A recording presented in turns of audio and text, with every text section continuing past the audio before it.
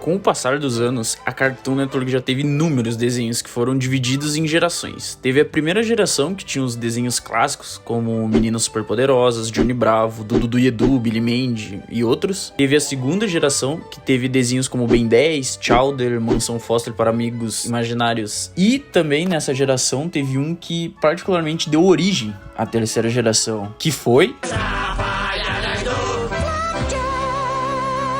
Acreditem ou não, esse desenho salvou a Cartoon Network, pois sem ele não iria existir muitos outros desenhos que eu vou comentar mais tarde nesse vídeo. Mas o que seria o desenho do Flapjack? E por que ele é tão importante? Flapjack, ele conta a história de Flap, que é um menino que tem um sonho de ser um marinheiro ou um aventureiro. Ele é acompanhado do Capitão Falange, que basicamente é um dedão azul de chapéu, que sempre quer tirar proveito do moleque também. Bom, o que você vai apostar? Você ficou sem doces. Eu aposto, garoto. E já como o desenho é desenho de pirata, eles têm que ter um barco, correto? Errado. Eles têm um terceiro personagem, que é a Bolha, que é uma baleia azul, que serve tanto como barco quanto casa. Eles querem achar a Ilha Açúcar, que é como se fosse uma ilha privada do Willy Wonka, onde tudo é feito de doce. Tudo.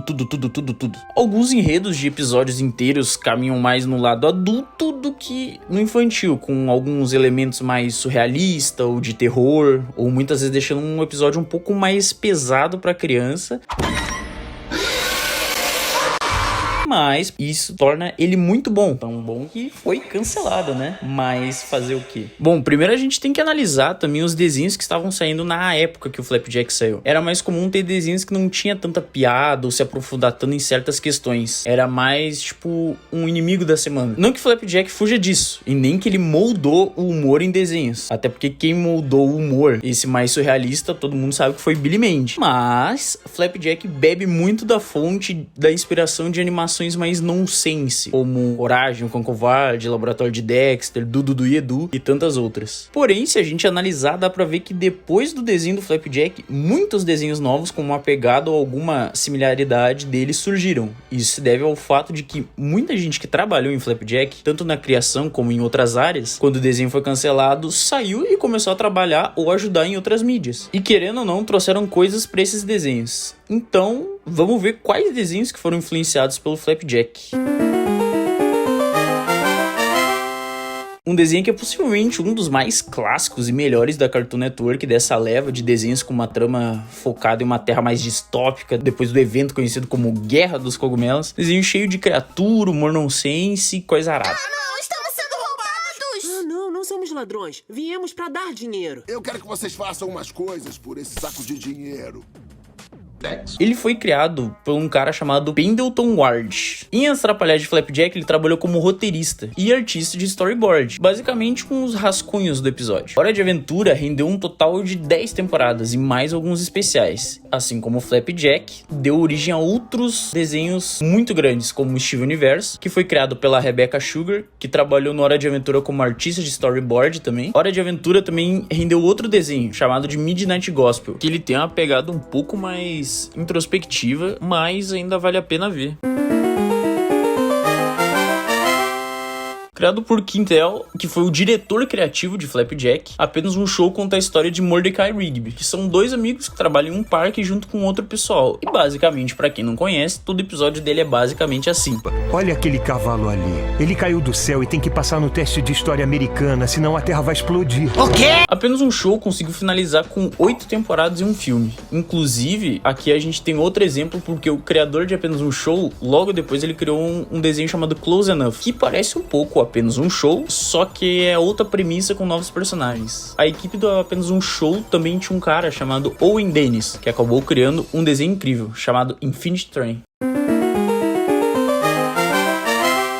Ex-escritor e artista de storyboard Flapjack Alex Hirsch criou o desenho Gravity Falls, que é um desenho que gira em torno de Dipper e Mabel, que vão passar as férias com seu tio-avô Stan, e a partir daí tudo encaminha para um mistério que cresce a cada episódio. Contando 2 temporadas, o desenho se desenvolve com uma qualidade e história absurda, com um final fechado que dá direito até um ARG feito pelo próprio autor. Depois disso, junto com a revisora de storyboard de Gravity Falls, eles criaram outro desenho, The Owl House, que eu ainda não vi, mas muita gente fala que é bom. Um dos storyboarders de Gravity Falls Falls, Matt Bradley também conseguiu criar seu próprio desenho, Amphibia, que basicamente é um isekai em que ela é transportada para outro mundo, só que esse mundo é um pântano gigante, cheio de sapo. E lá ela conhece o Sprig, que acompanha ela nas aventuras do desenho. Esse aqui talvez é um dos melhores até agora. O Segredo Além do Jardim é um desenho com só 10 episódios, mas cada episódio é melhor que o anterior. Patrick, o criador do Segredo Além do Jardim, trabalhou antes como storyboard em Flapjack e depois fez parte da equipe criativa de Hora de Aventura. Nesses 10 episódios, o Patrick conta uma história de terror sem os clichês de jumpscare ou música alta para gerar impacto. Ele cria toda uma atmosfera e todo um ambiente de história que gira em torno desse sentimento de preocupação e dúvida conforme a história segue. Obviamente, por ser um desenho infantil, muitas partes são suavizadas, mas não diminuem o peso que cada episódio traz. O desenho em si, ele conta a jornada de dois irmãos, Wirt e Greg, que se perdem em uma floresta escura e nela eles encontram algumas criaturas, alguns aldeões meio suspeitos e um ser misterioso que é dito como o guardião da floresta, mas digamos que não é bem por aí. Claro que não significa que se Flapjack não tivesse existido, esses desenhos não iam existir, mas muitas coisas foram feitas em Flapjack, como animação, piadas e essa questão de trazer algumas vezes alguns tons mais pesados ou meio nonsense e foram aperfeiçoados nesses outros desenhos. Então, de certa forma, Flapjack ajudou na criação de todos eles. E muitos deles, em questão de popularidade, conseguiram atingir um público muito maior do que o próprio Flapjack, se tornando fenômenos da cultura pop.